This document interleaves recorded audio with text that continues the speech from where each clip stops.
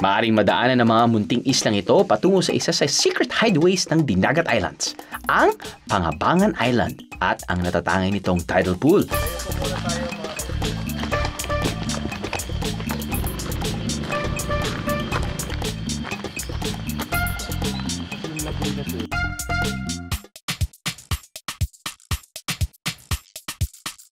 So, ito na yung Blue Lagoon. Yes. Pero sinasabi mo na Technically hindi siya lagoon. Yes, tidal pool siya. Kasi yung lagoon kasi, trap water siya. It's either sandbar or mangroves. Pero ito kasi, reachable siya ng tide. Gaano kalalim yan? Yung Wala pa kaming technical data sa office namin. Pero malalim din yan? Malalim din yan.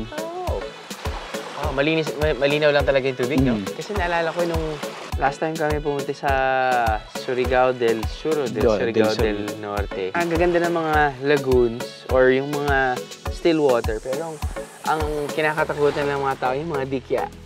Dahil nga hindi masyadong maalon, nandun sila. Meron din.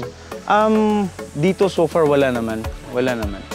Meron kaming yung mga sinasabi mong may dikya. Si trap yung water. Kung trap yung water, probably mainit yung tubig. Yun yung so, hinahanap nila? Hinahanap nila yun. Kasi doon sila nagpaparami.